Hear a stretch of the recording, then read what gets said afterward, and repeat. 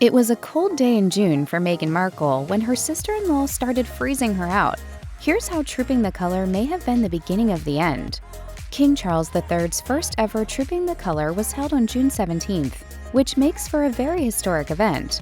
Of course, it was a surprise to no one that Meghan Markle and Prince Harry would not be in attendance at the annual ceremony. These days, how the Duke and Duchess of Sussex RSVP to royal engagements is clouded by lots of very public family drama. Yet, when it comes to Trooping the Color, it's more than likely that Meghan wouldn't have wanted to attend regardless of her part in the royal family feud. Whether you've read it or simply heard about it, we all know that there was no shortage of startling revelations from Prince Harry's memoir Spare.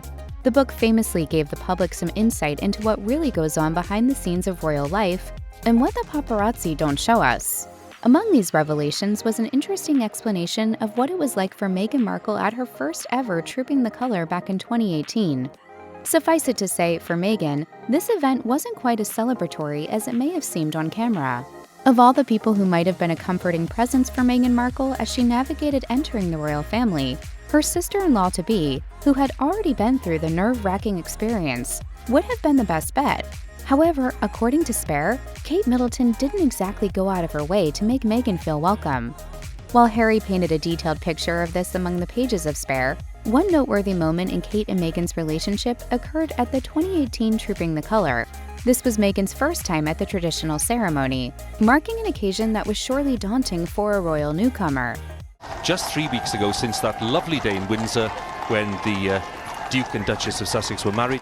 According to Harry, during the ceremony, Kate asked Meghan her opinion on her first time at Trooping the Color.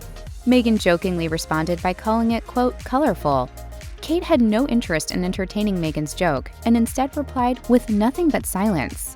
Harry made it clear that this was far from the start of the uncomfortable friction between the royals and Meghan.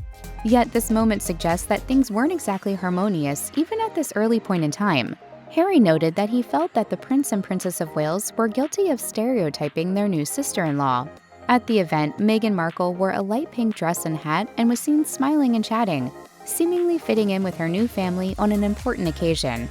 However, Prince Harry's words prove just how different what the public sees is from what's going on behind the scenes. Consequently, it's easy to wonder about the truth behind this year's Trooping the Color.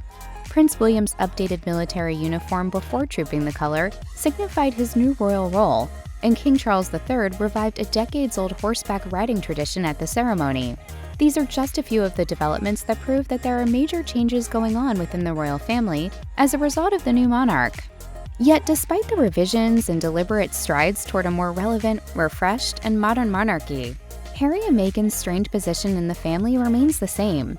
It's been reported that it may not have actually been by choice that Harry and Meghan didn't attend this year's Trooping the Color. The Duke and Duchess were allegedly not invited to the event at all. So, while this event was certainly not created in order to highlight the dysfunction among members of the royal family, over the past 5 years, that tension has clearly become somewhat of a tradition.